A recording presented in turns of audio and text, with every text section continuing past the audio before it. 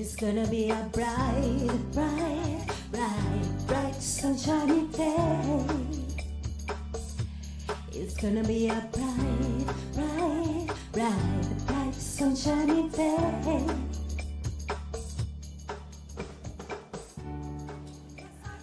Hola, muy buenas noches, qué gusto que estén allí, qué bueno que podamos estar de nuevo compartiendo como todos los jueves el Bar Conspiración. Hace un par de jueves ya que no. Hace un par de jueves que no. Casa nueva esto, ¿eh? Luz María Nachajón, buenas noches, gracias por estar. Gracias por darme el privilegio de estar nuevamente acá con ustedes en esta nueva casa. Bueno, muchas ¿Viste gracias. cuando te mudas y en la foto decís, ¡guau! Pero después, Sí. tanto todavía el perro remanda. Sí, Felicitaciones sí, a todo sí, el equipo que sí. está haciendo posible. Además, que salga un tu equipo programa. extraordinario, un equipo que no es extraordinario de hoy, sino extraordinario de De siempre. siempre, de siempre. Exactamente. Estamos más apretados. Mime ya no entró hoy, por ejemplo. No, Mime no entra, Perdón, Mime no ¿verdad? estamos viendo cómo hacer. Monoambiente ahora. pasamos Estamos a- queriendo, sí, vamos a hacer una construccióncita un poquito más allá para que Mime pueda caber. En Sí, señor. Hoy tendremos un programa intenso y probablemente con cierta tensión también por todo lo que estuvo pasando en el día de hoy. Qué tarde. No es un día fácil. Bueno, No es un día fácil porque nos devuelve, digamos, todo el fantasma de los temores que tenemos, que parece muy de película, como algunas cosas que pasaron en la fecha, y que tienen relación con eso que es una precaria situación del sistema penitenciario en Paraguay. Estaba escuchando hoy la conferencia de prensa del ministro JJ Ríos, y en realidad no sabía muy bien si empezar el programa felicitándolo después de todo lo que dijo, pero en realidad también el sentimiento que tengo es que hay una falta absoluta de asunción de los problemas, de autocrítica, y en ese contexto de falta de autocrítica es muy difícil encontrar soluciones. es así. Es muy cierto y ya no es la primera vez. O sea, no es que podemos decir que es una cuestión casual, sino que es repetido y con tendencia a volver a repetirse. Para hablar de este tema, para arrancar con esto de conspiración, está con nosotros la ex ministra de Política Criminal, Augusto, la doctora Cecilia Pérez. ¿Cómo está, doctora? Buenas noches, me gustó, Mike, y a toda la audiencia de Bar Conspiración. Gracias por la invitación. Muchas gracias por venir, como siempre, y asistirnos en esta cuestión que es técnica, porque tiene que ver con cómo manejar una penitenciaría que no es, cómo manejar no sé, voy a decir cualquier cosa, cómo manejar una seccional no es. Ah, bueno, ahora recordé que lo último que hizo JJ Ríos era eso, pero es más complicado que eso, porque no se trata de, qué sé yo, mover a la gente y lograr votos, sino se trata de manejar un universo de personas sumamente complejo, doctora. De hecho, que las personas que terminan dentro del sistema penitenciario son las que ya rompieron todas las reglas de convivencia establecidas con una sanción.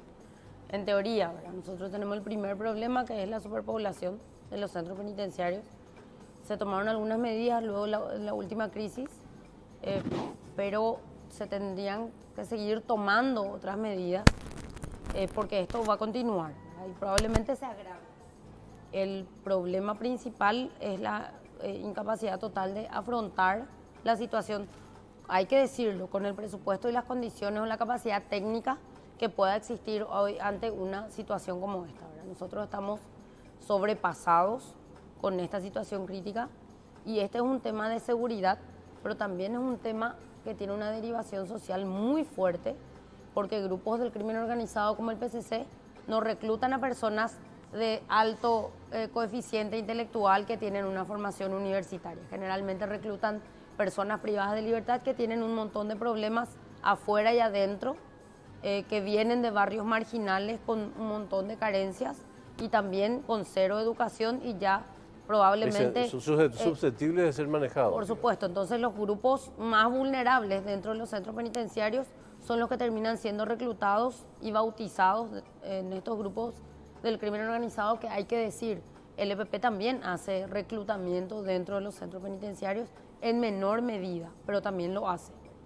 El problema aquí es que esto se está expandiendo y está sucediendo que toman el control por encima de lo que debería estar haciendo el Estado. Pero Hoy- digo, sí. solo como ejemplo, si yo soy parte de una población penitenciaria y hoy veo que 3 fulanos se agarraron de rehén a un policía y tuvieron en vilo al país durante varias horas, ¿cómo no me va a envalentonar para intentar hacer algo peor o mínimamente lo mismo?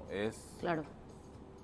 Casi que me empuja a De tomar hecho, ese que tipo de existe determinaciones. luego o sea, cuando uno está ahí y empieza a ver ciertos patrones de conducta, ya van surgiendo. Esto es una seguidilla de actos que genera como réplicas. Parece un terremoto, ¿verdad? Nosotros sentimos el terremoto fuerte y después vienen las réplicas del terremoto. Bueno, lo mismo sucede con este tipo de episodios. No nos olvidemos que hace poco mataron en Ciudad del Este a una persona que estaba condenada por narcotráfico, que ya hace bastante tiempo era un dolor de cabeza para las altas autoridades, como era el señor Tranquilino Jiménez.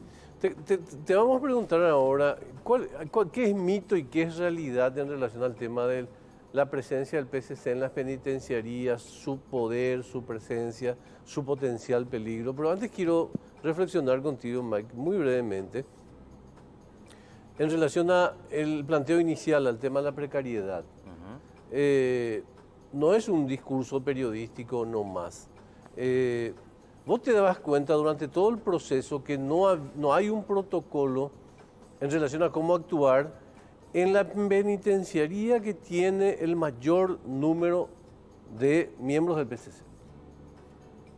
En segundo lugar, si no fuera probablemente por la intervención de la prensa, hubieran cometido un error increíble en el tema de la intervención del periodista que iba a entrar como rehén. Eso no pasa en ningún país del mundo, salvo en la película, en alguna película. Porque es lógico, son los negociadores de la policía los que tienen que entrar a negociar y no un periodista, digamos, ¿no? Te das cuenta durante toda la jornada que se vivió, que fue muy tensa, que no había un protocolo establecido, un manual establecido sobre cómo actuar en estas circunstancias, y tenés lo que mañana va a ser mucho más claro. Se va a derrumbar el discurso de que los recuperamos o los liberamos, Augusto. Porque en realidad lo que pasó fue que ellos lo devolvieron. O sea, ellos mismos procedieron a la devolución, digamos. Claro, ¿no? Un rescate termina de otra manera. ¿Cuál es la situación hoy del PCC en las penitenciarías, doctora?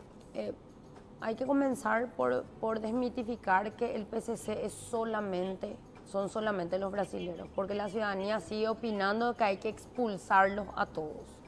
Nosotros vemos que son 3 personas, de las cuales una sola es de nacionalidad brasilera, en este episodio. Ahora lo tenemos al fiscal en línea, sí. Y queremos hacer un contacto con Encarnación. Ya me dirán el nombre de qué fiscal exactamente.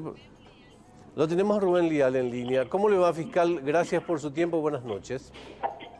Buenas noches, un placer saludarlo. Bueno, igualmente, fiscal, supongo que horas más tranquilas que antes. ¿Se puede hacer una conclusión preliminar sobre lo que motivó esta operación de los miembros del PCC y sobre lo que fue la actuación de las fuerzas de seguridad posteriormente? Claro que sí, para eso estamos.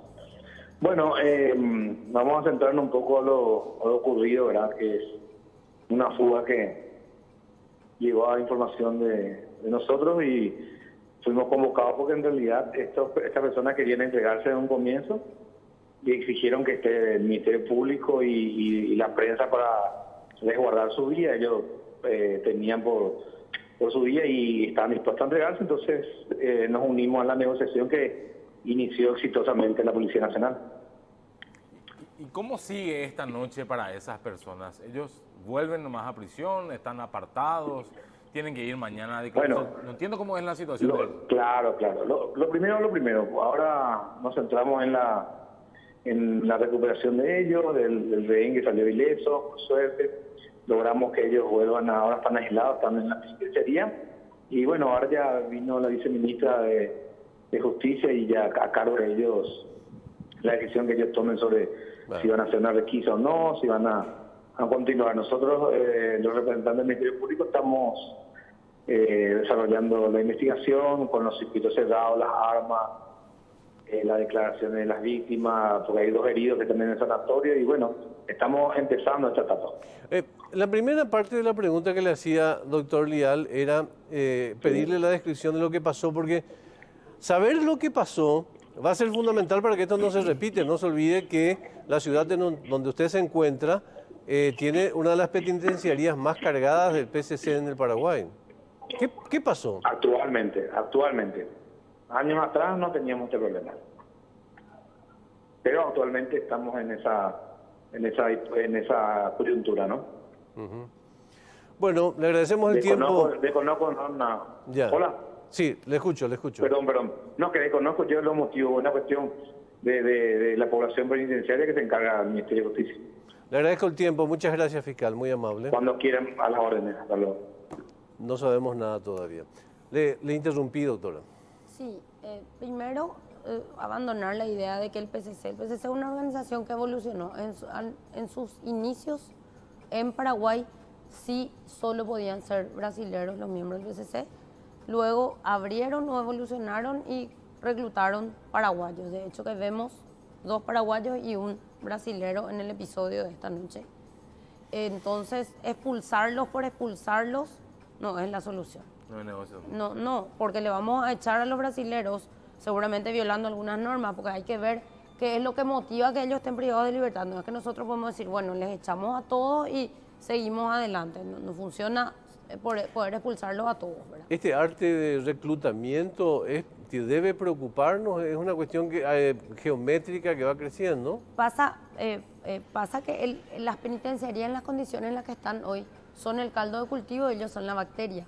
Las condiciones precarias, la sobrepoblación, la dificultad de que los servicios básicos puedan alcanzar a todos, porque a veces hasta hay problemas de comida, ¿verdad? Sí. Entonces, eso genera una suerte de dominio interno de estos grupos criminales que comienzan a manejar por cosas simples comienzan, o puede ser pasar de un portón a otro, tener libertad de movimiento dentro del centro penitenciario, acceder a visitas. O sea, todo tiene un costo manejado de a poco por ellos. Entonces, yo celebro que el ministerio reconozca la existencia, porque estaríamos mal si decimos no dominan. No es cierto.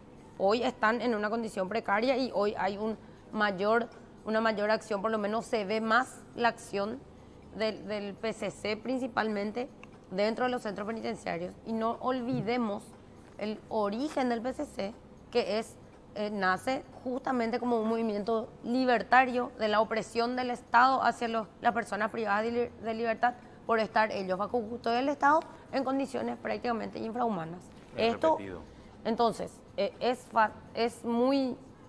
no es fácil, es propicio que esto se reproduzca y vaya aumentando la cantidad de bautizados, de iniciados o como quieran llamar en este esquema. También tenemos que tener en cuenta que el peligro siguiente o el paso siguiente es que comiencen a trabajar desde dentro de los centros penitenciarios con la gente que está afuera.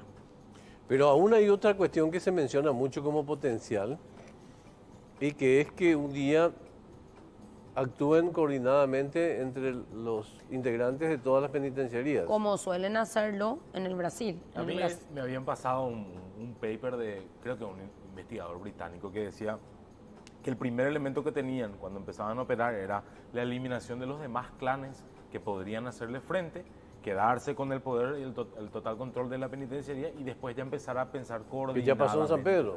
Lo que ya pasó en San Pedro. Y ese es el significado de descabezar. Puede haber una sola cabeza. Entonces, por eso el otro es descabezado, porque somos nosotros la cabeza. Entonces, todo tiene un simbolismo. El hecho de... Claro, tiene un simbolismo que determina... lo que nos está pasando es grave. Y hay que tomar medidas inmediatas, pero también hay que trabajar.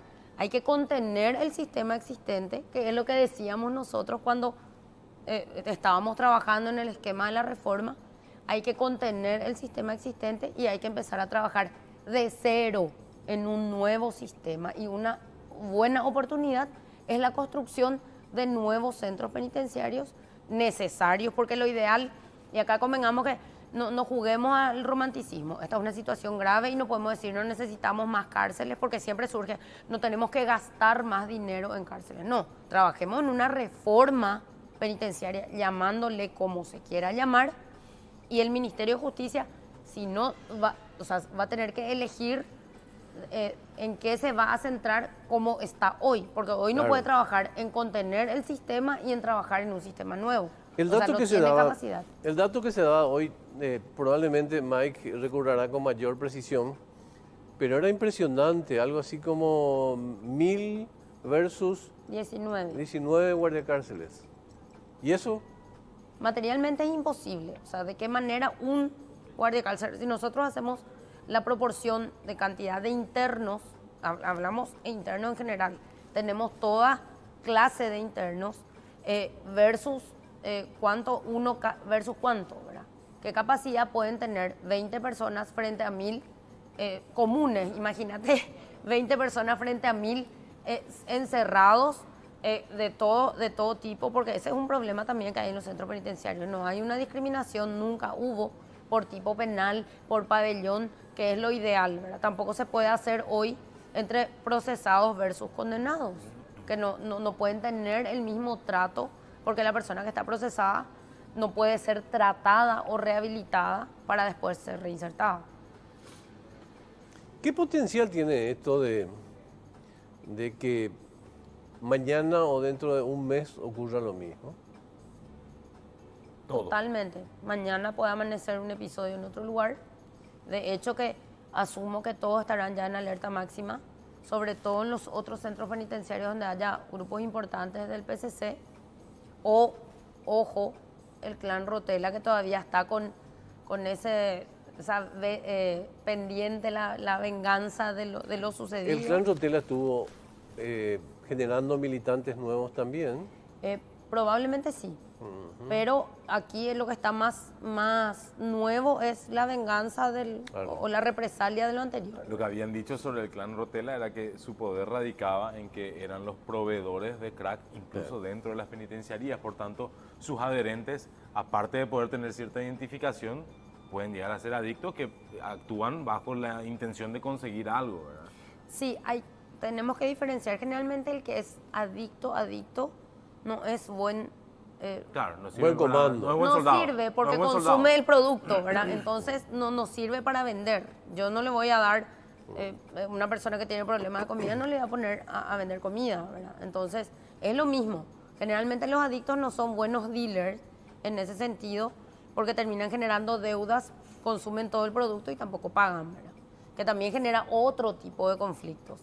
Entonces habría que ver que cuántos son adictos realmente o cuántos realmente estaban trabajando para la distribución de las drogas. Pero más allá de eso, esta es una alerta máxima. Nosotros creo que no llegamos todavía a eso, pero podemos llegar en muy breve tiempo a convertirnos en Honduras o El Salvador, donde las maras y las pandillas, y también en el Brasil, manejan barrios enteros desde dentro de los centros penitenciarios. Un panorama difícil, Pero es realista. o sea, es realista. Sí. Esa es la diferencia sobre lo que escuchamos esta Ah. tarde. Para más que no hay un planteo de futuro, digamos, ¿no? ¿Cuál es el planteo de futuro? Mira, yo me mantengo en el trabajo que nosotros veníamos haciendo, de que a pesar de que había poca condición, hay que decirlo, para trabajar en el sistema penitenciario y trabajar en un proyecto nuevo, hay que ser, digamos que hay que ser patriota. No es para cualquiera. Trabajar en el sistema penitenciario no es para cualquier persona. Si vamos a trabajar de cero y vamos a formar y capacitar nuevo personal, porque esa es la clave, tenemos que buscar gente que sepa dónde se está metiendo y que se prepare para trabajar con este tipo de personas. Pero ¿cuál es la falla de, probablemente, no sé si de inteligencia, de capacidad de negociación? No sé, ¿cuál es la falla desde tu posición privilegiada de haber formado parte de un proceso que por lo menos desde tu incorporación, la incorporación del último ministro, tuvo menos sobresaltos que este? O sea, ¿por qué entonces tuvieron menos sobresaltos y ahora tienen toda esta seguidilla? O sea, Desde tu punto de vista, técnicamente, ¿en qué se está fallando? Nosotros trabajábamos, el Viceministerio de Política Criminal es un viceministerio netamente técnico. Sí, sí, sí. Es un viceministerio que diseña, o sea, que debería diseñar las políticas públicas que se ejecutan dentro del sistema penitenciario. En general, la figura está diseñada como para que sea para todo el país, pero la capacidad no da para eso. Entonces hay que elegir quién va a trabajar en el diseño y quién va a ser operativo. No pueden converger las dos cosas. Cuando estábamos en el Ministerio de Justicia, nosotros trabajábamos, nosotros los del viceministerio trabajábamos en la medida de las posibilidades, porque no hicimos todo lo que hubiéramos querido hacer, porque no nos lo dio el tiempo, tampoco la capacidad, el dinero, el presupuesto, un montón de cosas, en diseñar un plan de reforma penitenciaria. Y otro era el grupo que se encargaba de contener el sistema existente y hacer el trabajo operativo. Yo no puedo estar escribiendo o investigando o construyendo en mesas interinstitucionales cuestiones de política penitenciaria, hacer aplicada reinserción, rehabilitación, trabajo de adictos, etcétera, y estar también dentro de la penitenciaría haciendo la revisión si la persona que entra trae o no droga consigo. O sea, la misma persona no va luego a poder. El Ministerio de Justicia es un ministerio de crisis eterna.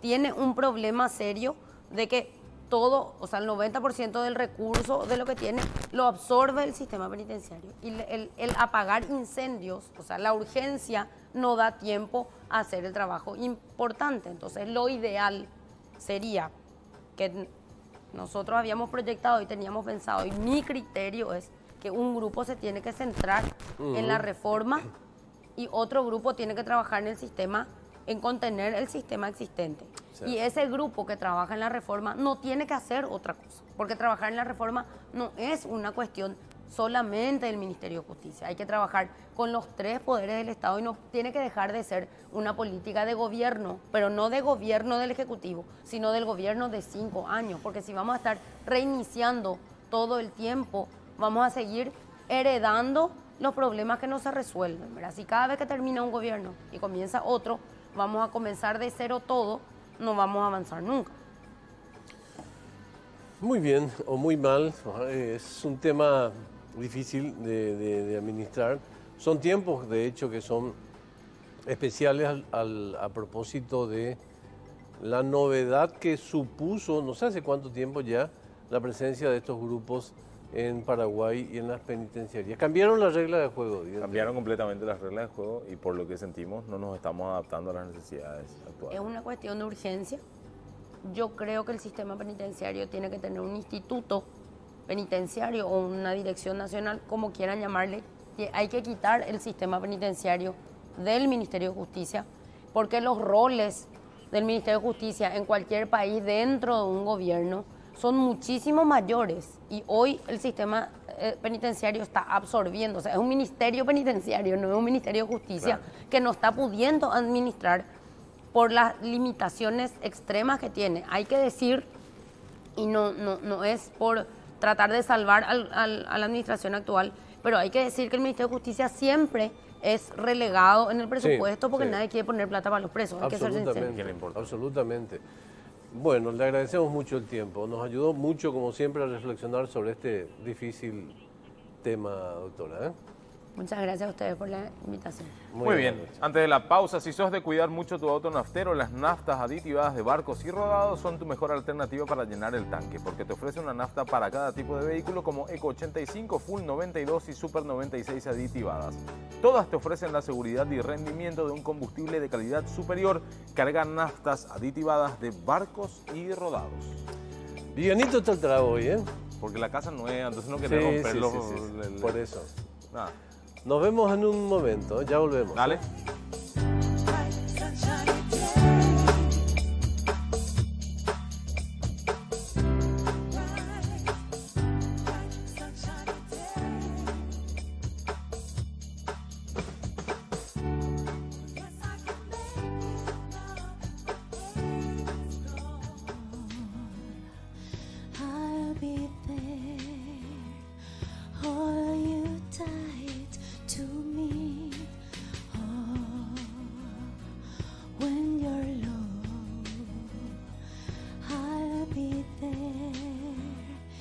Bye. to me. Seguimos en Bar de Conspiración, viene siendo el segundo bloque. El segundo bloque son las 10 de la noche. ¿Con cuánto? Con 12 minutos, 14 grados la temperatura. A 14 grados.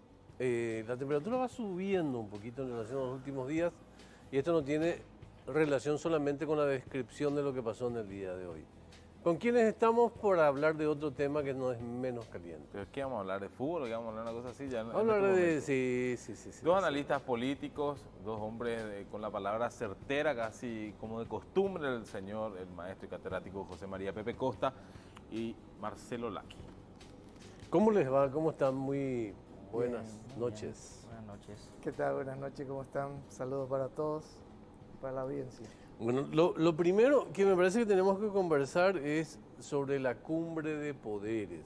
Pero antes de eso me gustaría escuchar una reflexión vuestra sobre lo que fue esta jornada, que estuvo bastante marcada en materia de agenda, ¿no? con este tema de seguridad. Sí, yo creo que hoy se ha dado un golpe más, una bofetada más al gobierno con este hecho que desnuda un poco la precariedad y la improvisación que hay en materia de seguridad, entre otras cosas. A este gobierno le ha caracterizado hasta ahora mucha improvisación, mucha precariedad, poca certeza en el rumbo, en el camino que decide tomar. Si fuéramos a compararlo, me da la impresión de aquello, a ver, estamos a una semana del Rally del Chaco. Me da la impresión de como aquellos pilotos que se preparan para el Rally del Chaco por hobby y terminan destrozando su auto, no sabiendo para dónde van y teniendo que encontrar algún auxilio, incluso ajeno, para poder alcanzar algo de civilización. Lo cual es hiperactual hablar también de lo que De paso. Lo que va a pasar con el rally en este momento, ¿no? También. Pero bueno, esa es la impresión que da un poco, sobre todo en este tema de seguridad, porque no es la primera vez. Voy a decir algo muy común. Las cárceles son una bomba de tiempo y siguen estallando y van a estallar peor. Sí. Eso tiene un perfil. Pero sí. quiero decir algo sobre eso. Hoy en la tarde, en las primeras conversaciones de los secuestradores, mencionaron, decían, tenemos una C4. Decían. Sí. Y vos sabés que escuchabas y no te sorprendía. Decías, sí, que por supuesto que tienen una C4 en la cárcel. ¿Por qué sería sorpresa que tengan? Pero si tenían un post. Claro, por eso te digo. O sea, ya llegamos a ese punto de decir, nah, está jodiendo. No, si un día sale y dice, tenemos una bazooka Sí, tenemos una bomba nuclear. Vos decís, y puede ser, viejo. Vas a pensar que puede Vas ser. a pensar que tienen. Y te toca mucho estudiar los fenómenos sociales. ¿Cómo ubicas en ese contexto, Marcelo, el tema de estas bandas penitenciarias que están cada vez más preponderantes en la agenda de nuestros países? Mira que el tema del PCC es una cosa que viene lejos. No creo que sea una cuestión de este gobierno. Creo que han tenido más de 10 años para organizarse en la total tranquilidad. Hay estudios de INESIP, de Juan Martens, de Roque Orrego, que ya hace 2 o 3 años enfrentan el problema. Juan Martens hizo ya en el desconocimiento, porque a CONACYT y al sistema de investigación se le critica, pero no se mira toda la producción que es real. Él está dando ya charla en Brasil explicando cómo nuestra cárcel en un momento u otro explotaban. Entonces, yo que sigo su trabajo no me sorprende lo que pasó, porque era previsto. El PCC, el Comando Vermelho, tiene sólidas bases y cómo es su práctica, porque ellos tienen práctica, tienen protocolo de funcionamiento. ¿Cómo es su práctica? Ocupar las cárceles en Brasil, donde ocupan en varios estados, controlan tranquilamente. No se entiende por qué no deberían hacerlo en Paraguay, donde está más fácil.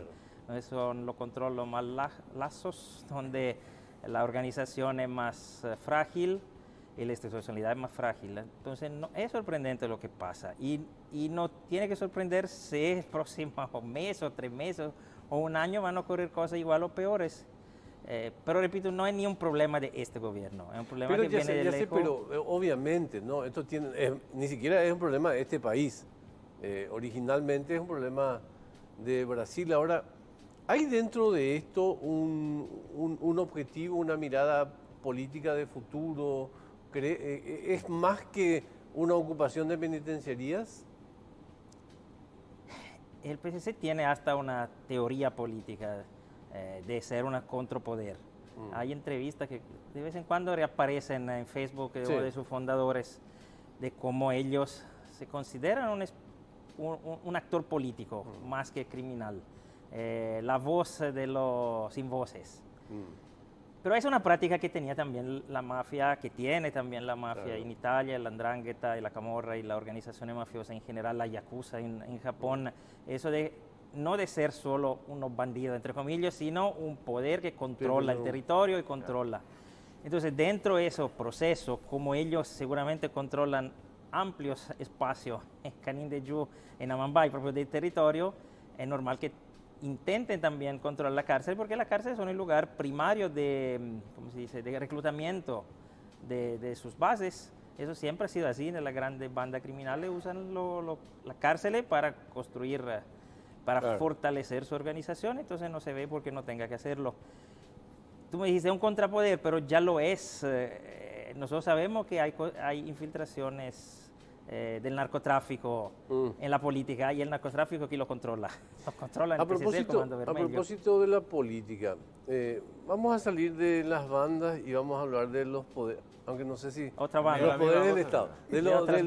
El tema, pero antes de salir de eso, sí, yo coincido en que este no es un problema, o sea, que surge en este gobierno, es cierto.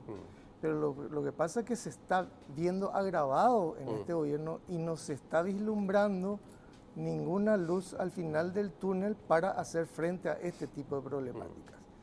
Y vos señalabas, esto no está reducido a las cárceles. Claro que no está reducido. Lo que ocurrió en Ciudad del Este es una prueba palpable de lo que piensan, pueden y quieren hacer cuando quieran hacerlo.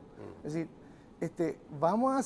se va a convertir nuestra sociedad en una cárcel a cargo del PCC si esto sigue avanzando.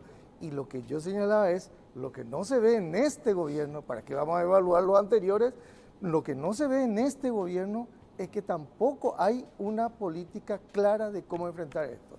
Porque cuando ocurren estas cosas, sale un ministro y te dice, este es el gobierno que más gente del PCC ha expulsado. Yo quise este es el gobierno que más... Ministro, o sea, pues, siempre comparándonos con lo anterior para decir, ¿no somos tan malos o somos peores o qué? Pero hace poco un oficial de alto rango de la policía básicamente decía que el trabajo es estupendo porque las cárceles están llenas. Entonces como que hay una diferencia, digo yo desde los criterios que se tienen, ¿verdad?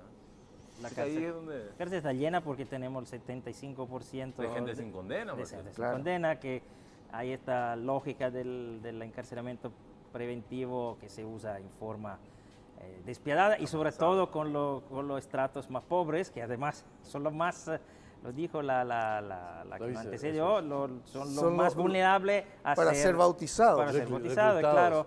Entonces el sistema mismo que ayuda a No, que pero eso ocurra. imagínense, y esto no es ciencia ficción, que un porcentaje grande de esa mayoría es susceptible a ser reclutado. Claro que sí. Con lo cual tenés un crecimiento geométrico. Claro. ¿Pero cuál es su otra opción? Claro. No, Dame su otra opción. y ¿Cuál hasta, es su otra opción? hasta es una cuestión de supervivencia Por en la, eso te digo, en ¿cuál la es su otra cárcel, opción? por el modo en que se lleva adelante la política penitenciaria. Es decir, en las cárceles no hay seguridad para los propios internos. Entonces es fácil que se bautice un el recluso, PCC por una cuestión recluso de... común o querés formar parte del club, digamos. Y además el club paga mejor. Acordate que uno que entra en una banda criminal de ese impacto, de ese tamaño, que realmente tiene asegurada una vida breve, pero económicamente mucho más estable de lo que tenían cuando entraron. Bueno, hablemos de poderes del Estado y su reunión de estos días. ¿Qué le genera en materia de expectativas esta convocatoria del señor Llano y la reunión que se produjo posteriormente? Yo ya te dije No se atropellen, por favor. ¿sí? ya te dije por radio nada, porque son más espectáculos que otros, no tienen ningún sentido, no aportan nada. Basta hacer un análisis histórico de toda la cumbre de poder que hemos visto en esos últimos años y nunca produjeron nada. Parece que cuando hay un momento en cual la clase política no sabe qué hacer, dice, ¿qué hacer? Voy a hacer una cumbre de poderes. Así viene la prensa, no hace fotos, mostramos que más o menos estamos haciendo algo y todos felices. Pero de acá de Lambaré al centro de Asunción te toma 45 minutos más o menos a la mañana llegar. Ese tiempo es mayor a lo que duró la cumbre de poder. Porque 30 minutos duró. y la foto y la televisión y después basta, ¿qué más tiempo te sirve? 30 minutos. ¿Y usted, don Pepe, qué piensa? Bueno, yo creo que cada vez que alguien propone una cumbre, es muy probable, y creo que se ve eso en la realidad, lo hace con mucho, con la búsqueda de un impacto político. No es la primera vez que un presidente del Congreso, apenas entrado, propone una cumbre de poderes. Ojo, ojo que, ¿sabes cuál es el problema? Me parece, Pepe, discúlpame que te interrumpa, Sí, solo sí, para dale, interactuar. dale. El problema, mi percepción es que está teniendo cada vez menos impacto político y más caricatura, digamos. Claro, pero lo que pasa es que siguen comprando esa idea. Se siguen comprando a sí mismos esa idea.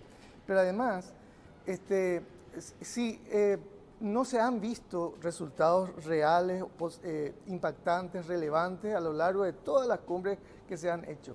Salvo, y ahí es donde yo quiero poner un punto de atención, salvo que estas cumbres puedan mostrar alguna voluntad política en algo tan, parece tangencial, pero tan importante a la vez, que es el tema de un control mutuo sobre la base de la transparencia de las actuaciones entre los poderes y con respecto al manejo de la cosa pública.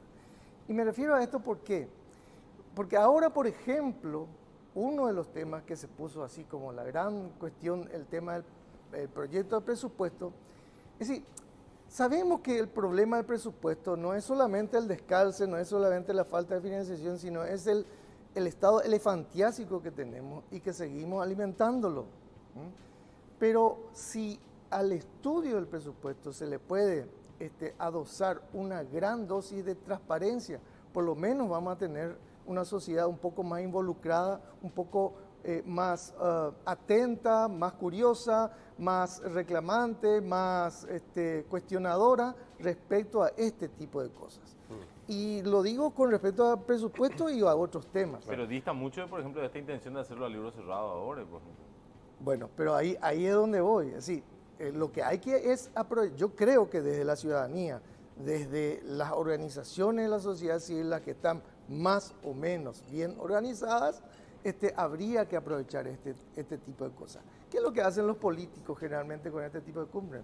Buscan ese impacto mediático, político, etcétera, etcétera. Pues hay que aprovechar estos escenarios. ¿Para qué? Para avanzar más en transparencia. Lo único que nos ha ayudado de alguna manera durante todos estos años a tener un atisbo de control de parte de la ciudadanía con respecto al manejo de la cosa pública son los pasos dados en virtud de la transparencia y la institucionalización de la transparencia. Ahí está la ley de acceso a la información pública, por ejemplo. Ahí están, por ejemplo, las normas que involucraron y operan para la transmisión de las reuniones de poderes del Estado. Dicho sea de paso, el Consejo de Ministros hasta ahora no mostró ninguna transmisión de sus reuniones. Valdría la pena que lo haga, como dice la ley que ellos mismos aprobaron. Puede ser un programa brillante ese día. Pepe y Marcelo, una de las cosas que pasó esta semana es el anuncio del señor Abdo Benítez que no habrá cambios en el gabinete. ¿Cuán importante era que existiera o no, desde vuestro punto de vista, cambios en el gabinete? ¿Qué esperan de un cambio en el gabinete? Yo era convencido que no iba a hacer ningún cambio porque el gobierno de Mario Abdo es un delicado equilibrio de ¿cómo puedo decir?, de entregas a cada grupo que constituye a NTT y sacar un ministerio desequilibra todo y complica después la claro. gestión diaria. Eso se hizo con la, ¿cómo se dice?, la vela. Sí, con la... sacas una pieza y se cae Sí. todo. El tembleque. El tembleque. Exactamente, con ese sistema. Así que la única forma de un cambio era si efectivamente esa posible cogobierno colorado, que es un absurdo lógico porque en realidad debería ser, han ganado las elecciones como partido, no como movimiento. Entonces la lógica debería decir Claro, que el claro. gobierno debería representar a todo el partido, no solo a un sector. Sí. Pero eso podría ser una cosa interesante de reorganización y de estabilidad, porque allí te demuestra dos cosas el hecho de que no cambie pieza. Uno, no puede cambiar porque si no se le desequilibra todo el movimiento. Y dos, no hay interés real en ese momento de Honor Colorado de tener ministerio, pero eso significa también que no hay ninguna certeza que Honor Colorado mantenga este gobierno a flote. Es decir, la instabilidad se transforma en algo permanente. No hay nada que garantiza que en cualquier momento no se den las condiciones por un otro juicio político. De hecho, yo estoy casi convencido, como señalaba Vox hace 2 semanas, que estamos en un periodo de transición hasta el próximo mayo, junio, cuando se elegirá el nuevo presidente del Senado, quizás con un presidente del Senado más o menos especial de llano, que en todo modo era una ruptura muy grande. Por allí se dando nuevamente las condiciones para un juicio político, porque el juicio político no necesita una causa, necesita votos. En Paraguay siempre necesitaba solo votos. Tenemos que hacer una pausita y después te transferimos la misma consulta, pero tenemos que hacer una pausita ahora, Sí, ¿verdad? antes de hacer la pausa, usted es un hombre que cuida mucho su vehículo. Absolutamente. Con las naftas aditivadas de Barcos y Rodados lo cuidas más porque te ofrece una nafta para cada tipo de vehículo con la seguridad y rendimiento de un combustible de calidad superior. Carga naftas aditivadas de Barcos y Rodados. Una pausita y ya volvemos.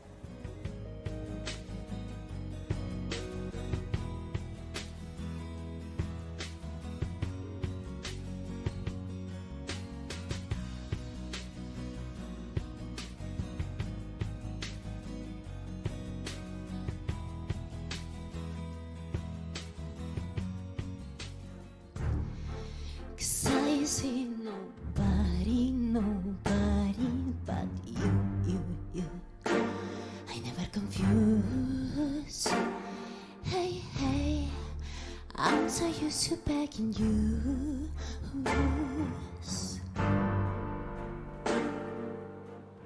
Último bloque de Barcos Conspiración acá por las pantallas de Unicanal. Luz María Nachajón, como nosotros, como todos los jueves, pueden seguirla en todas las plataformas musicales y también en las redes sociales como @luz_marian_nachajón. Y todos los jueves también tenemos tragos, bebidas. Hoy no está nuestro amigo Edu, pero vino el amigo Marcos a preparar unos tragos. Sí, sí, sí. Livianitos. Livianísimos. Primera vez, Livianísimos. Buenas noches. pero bien. Le estoy cuidando, ¿eh? Nos estás cuidando. Sí, Sí, está está muy bien, totalmente. está muy bien, Sí. está muy bien. Permitime mandarle un saludo a una de nuestras televidentes, fanática televidente nuestra, la señorita Laura Beatriz Cañete Narváez. Sí, Laura Beatriz Cañete Narváez. Así que un gran saludo, nos ve siempre. Siempre el televisor está prendido ahí para ver Barcos. Hora de saludos, ¿verdad? Un El señor saludito. Juan Irala, que nos escribió desde Colonias Unidas. en Muy Italia. bien, muy bien. Pepe, Saludarle a tu compatriota de Misiones que Ah. fabricó el... también Patracio Alespiedo. la carne que transformó la carne de sapo en carne de Así vacuno, mismo. en carne de pollo. Pepe, lo mismo que planteábamos, el tema, ¿cuán importante es un cambio en el gabinete en este momento? ¿Te parece que el presidente ya definitivamente pateó hasta fin de año? Bueno, tan importante no sé, pero podría haber dado alguna señal de que el gobierno toma nota de la temperatura que está habiendo en el ambiente y de lo que está reclamando la gente. Pero yo no sé si no ha cambiado Mario Abdo, ministro, porque no quiere o porque ocurre aquello que dijo él mismo Nadie en quiere un ser ministro acto de por una semana. insincericidio. Es increíble. Nadie quiere ser ministro de Eso un fue- gobierno que eso no sabe fue- si va a durar la próxima semana. Eso fue increíble. Y la realidad es esa. Nadie sabe cuánto va a durar este gobierno porque así como pasó el ventarrón del juicio político, los nubarrones siguen estando ahí. En cualquier momento se arma de nuevo la tormenta perfecta. Es una cuestión de votos, lo decía, y es así, lo decía Marcelo. Y no fue quizás esta vez la cuestión de votos sencillamente porque en la línea de sucesión no se cuidaron antes de poner a alguien afín, de quienes Bueno, pero tenían y tienen hoy pero pendiente el hilo. Pero lo de Blas fue imprevisto, porque Blas siempre fue afín a todos los gobiernos, hasta que un momento se enoja No. en el caso de Lugo. Ok. Pero en esta vez se enojó muy pronto. Pero una ruptura muy grande que para No, Horacio claro. Cartes meter Pero un liberal. ¿cuál fue? A ver, esta me parece una pregunta que nadie hizo en todo este tiempo. ¿Cuál fue el motivo por el cual Blas Llano rompe con Marito? ¿Alguien puede tener una idea sobre el tema? Porque tenés que romper con alguien para hacer la No, cabeza. Yo no sé si cuál bien- pudo haber si bien sido no el admitida, motivo. es- Yo creo que evidente. Blas Llano sabe, Marito no. No, claro, pero Blas no es un tonto. O sea, yo creo que mucho antes de llegar a la puerta del cementerio ya se apartó. Es decir, Blas no es un tonto, Blas es un tipo muy hábil en política. Pero estuvo a punto de ser presidente. Y por eso Bueno. fue a hacer política. Es decir, no veo por qué tenía, me parece ilógico que cuando explotó el caso él se pusiera al lado del presidente de la República. Es más que normal que los liberales hicieran otra vez, se unieran, porque solo en esos casos se unen para intentar llegar al poder. Yo creo que el problema verdadero allí es que, yo no sé por cuál motivo, porque estaba justo analizando eso en estos días. Blas Llano no es acusado de nada, no tiene ningún juicio, nunca fue ministro por pocos meses y se cansó y se fue. ¿Quién? Volvió al Parlamento. Llano. Blas Llano fue 9 meses ministro de Justicia, que además un ministerio con pocos recursos. Es decir, no hay acusaciones, no es un abogado, no es un... Sí, sí, ¿Y sí. por qué todos lo odian? Y debe haber hecho muy mal su forma de... Sus relaciones sus relaciones públicas. públicas, porque realmente yo estaba viendo como cuando surgió la posibilidad que Blas Llano fuera presidente, había mucho convencido del juicio político y dije, sí, pero ¿qué pasa? Se ve elegido el Llano. Y eso es un problema de relaciones públicas muy grave que tiene Blas Llano, que consiguió ser un hombre odiado sin haber hecho supuestamente nada. Seguramente ha hecho muchas cosas, pero nada que ha tomado presencia pública, judicial, etcétera, Solo respecto a otros. decir siempre que Blas Llano es uno de los más importantes políticos colorados que tiene el Partido Liberal Radical Auténtico. Puede ser. Bueno, y quizás desconfíen por eso mismo de la capacidad del pillaje que pueda llegar a tener. No, digo, O sea, porque si algo saben los colorados, eso porque es. sabe cómo... No, pero Blas- coste que Blas, yo quiero señalar esto, y insisto en el tema de la astucia política que tiene. Blas fue uno de los factotum para que el Partido Liberal Radical Auténtico se sume a la campaña, al liderazgo de Lugo y llegue al poder Sí. con Lugo. Absolutamente. Así Antes como fue también- Antes fue uno de los factotum para el marzo paraguayo. También. Pero así como también después fue elemento clave para que venga el juicio político a Así Lugo. mismo, así O sea, Siempre O sea, estuvo. el tipo papel secundario en todas No, las no. películas tiene. Y Es sí, que no- pero es que no le- es tan no- secundario en realidad. Claro, Solo te que hace no, creer. Sí, pero es decir, yo no creo que sea un mal político, porque ha demostrado, Sí. hasta en las cosas que a mí no me gustan, de saberla hacer bien. Lo que digo es cómo consiguió armar tanta mala imagen para ser rechazado, porque yo creo que realmente hubo un momento en el cual, yo pienso que si no estaba Blas Llano, estaba otro. Horacio Cartes no iba a Sí, retraerse. Que ese aspecto lo haya un poco parado. Otro, hasta yo pensé en un momento que hubiera sido una cosa inteligente, pero los liberales hasta allí no llegan, que Blas Llano llamara a la oposición y renunciara y eligieran a otra persona mucho más potable. Y quizás ahora no tendríamos más María Abdo Benítez porque era muy débil su posición en un momento. Cuando hizo estas declaraciones, soy listo para jugar la partida, para mí era como decir, me rindo, estoy derrotado porque en los juicios políticos no se juega Claro, partida. claro, Cuando claro. empieza, está acabado. Pepe, un breve redondeo porque se nos está yendo el tiempo, ¿sí? Redondeo sobre qué, no sé, pero voy a mencionar lo que estamos hablando, el tema del gobierno y el tema de Sí, sí. a dónde vamos con esto. Y creo que el panorama no es claro, lamentablemente. A este gobierno se le ha salvado en un momento crítico, sin ninguna visión de qué es lo que puede suceder al día siguiente o a la semana siguiente. Ni el propio presidente sabe cuánto puede durar. Y eso no es una buena señal para nada, ni para el país, ni para la economía, ni para nada.